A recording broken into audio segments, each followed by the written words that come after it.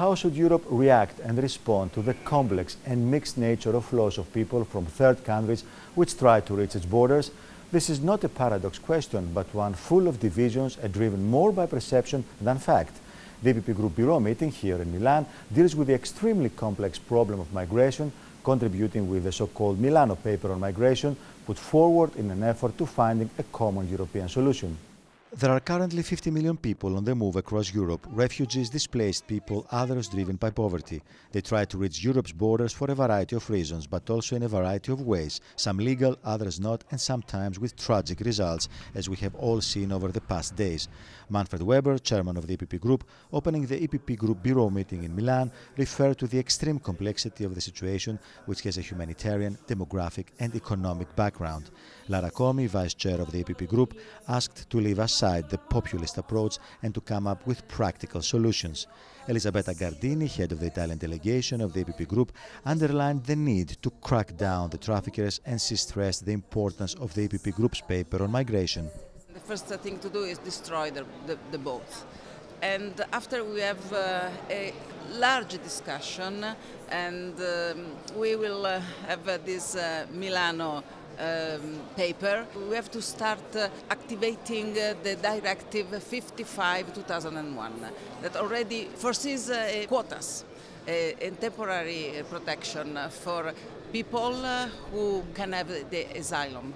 Elisabeth Colette, director of the Migration Policy Institute in Europe, gave a general overview of the situation, proposing measures on EU level, how to manage the refugee crisis and how to support the countries who are currently take the majority of the refugees.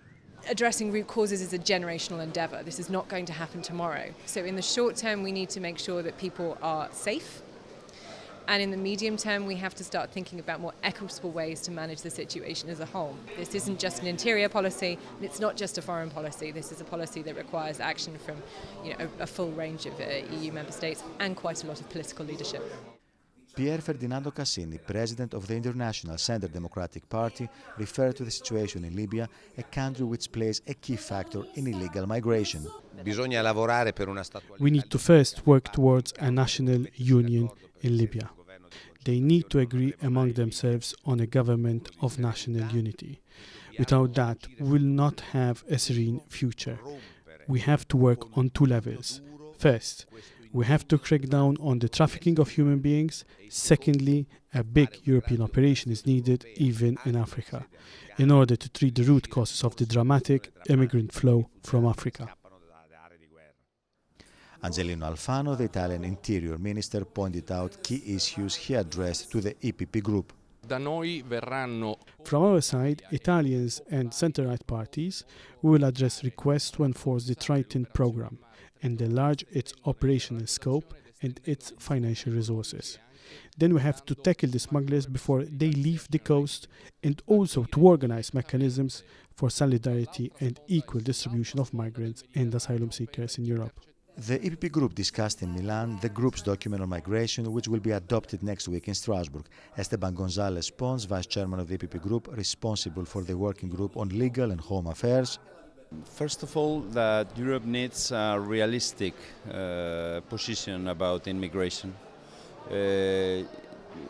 Just words is not enough.